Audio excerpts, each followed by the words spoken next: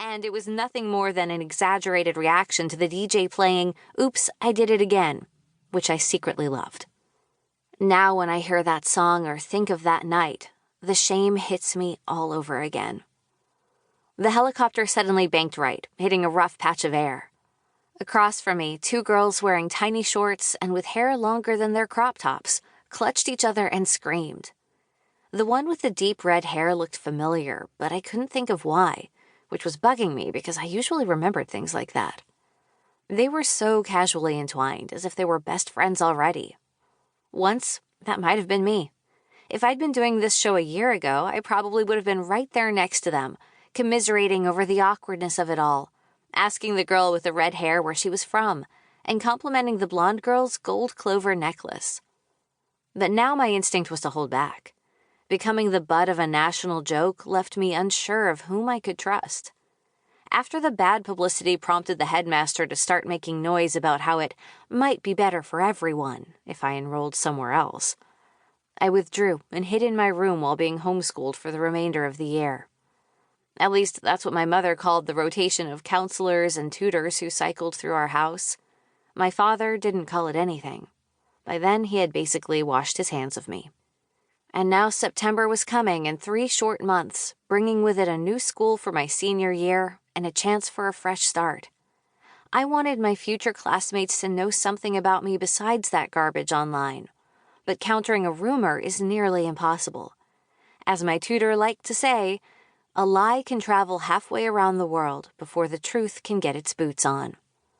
But then I heard about this show. It was the perfect solution. Me, on television, every week. The real me, looking friendly and nice and normal, and nothing at all like an evil narcissist who bathes in champagne and the tears of poor people. For that tactic to succeed, though, I had to put myself out there. Be friendly. The girl sitting on my left, who'd introduced herself as Taylor, seemed like an easy person to start with. She'd been chattering away nonstop with nearly everyone else already. But when I leaned toward her to say something, we hit more turbulence, and my forehead smacked squarely into hers.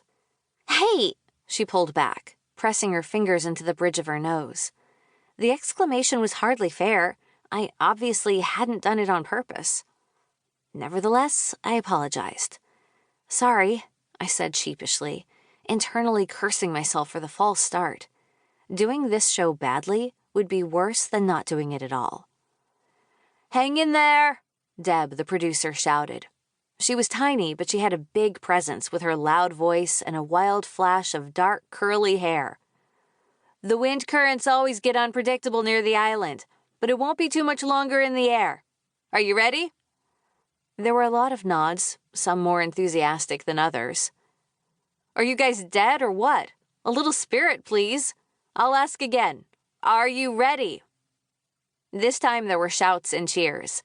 A guy in bright red Bermuda shorts near the back door put his fingers in his mouth to whistle, although the wind rush inside the helicopter was so loud I couldn't hear it from that far away.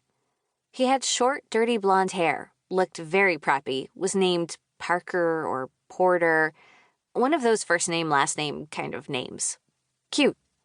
We'd met at the airport when we'd both arrived at the door at the same time and had a couple of rounds of polite but awkward, "You first, no, you." Too bad I'd watched him later trying to catch the eyes of the pair of new best friends huddled across from me. "Much better," Deb said. "Now listen up, because I've got a surprise." Oh no. I'd binge-watched enough reality shows in the last few months to know that last-minute bombshells never brought good news. Even more worrisome was how the film crew had suddenly jumped into action, swinging cameras onto their shoulders and scattering among the players to take up their filming positions. One of them knelt in front of me, so close I could see dark patches of stubble along his cheeks and a few loose threads unraveling from the neck of his black t-shirt. If I could see him in so much detail, his lens must be capturing my every pore. I swallowed nervously. I had definitely underestimated how unnerving it was to feel this level of scrutiny again. For a second, the aperture in the center of the lens opened up, and a reflection of my face flashed in the glass. I didn't see any features, just fear. Breathe, Riley.